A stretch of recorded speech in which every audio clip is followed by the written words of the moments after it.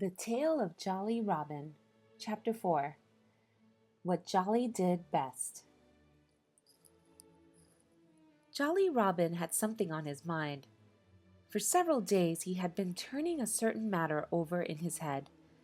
But in spite of all his thinking, he seemed unable to find any answer to the question that was troubling him. So at last, he decided he would have to ask somebody to help him. And that was why Jolly stopped Jimmy Rabbit near the garden one day. "I want your advice," he told Jimmy Rabbit. "Certainly," that young gentleman replied, and he sat himself down upon his wheelbarrow and looked very earnest. "If it's anything about gardening," he said, "I should advise you to raise cabbages by all means." But Jolly Robin said he wasn't thinking of planting a garden. "In fact," he explained, "the trouble is, I don't know what to do. I like to have some regular work, you know.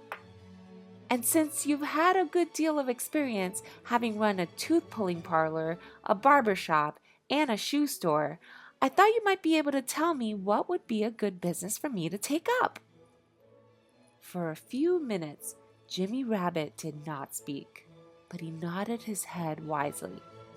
"Let me see," he said at last. "What's the thing you do best?"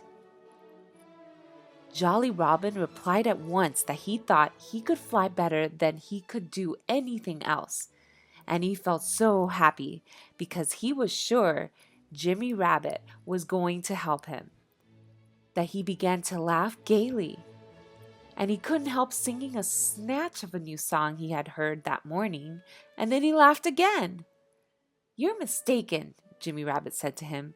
"You fly well enough, I dare say, but there are others who can beat you at flying. No," he declared, "what you can do better than anybody I know is to laugh. And if I were you, I should make laughing my regular business." That idea struck Jolly Robin as being so funny that he laughed harder than ever, and Jimmy Rabbit nodded his head again, as if to say, "I'm right, and I know it."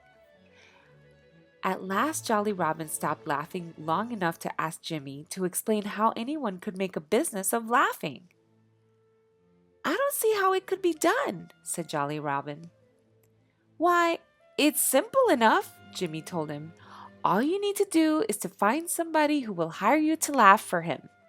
There are people, you know, who find it very difficult to laugh. I should think they'd be glad to pay somebody to do their laughing for them." "Name someone," Jolly Robin urged him, and Jimmy Rabbit did. "There's old Mr. Crow," he said. "You know how solemn he is? It's positively painful to hear him try to laugh at a joke. I'm sure he would be delighted with this idea, and if I were you, I'd see him before somebody else does." Jolly Robin looked puzzled. "Who would ever think of such a thing but you?" he asked. "Nobody," Jimmy Rabbit replied. "But I like the scheme so well that I almost wish I hadn't mentioned it. And unless you make your bargain with old Mr. Crow at once, I may decide to go into the laughing business myself. My advice to you," he said, "is to hurry." So Jolly Robin thanked him, and then he flew away to find old Mr. Crow. Of course, he went to the cornfield first.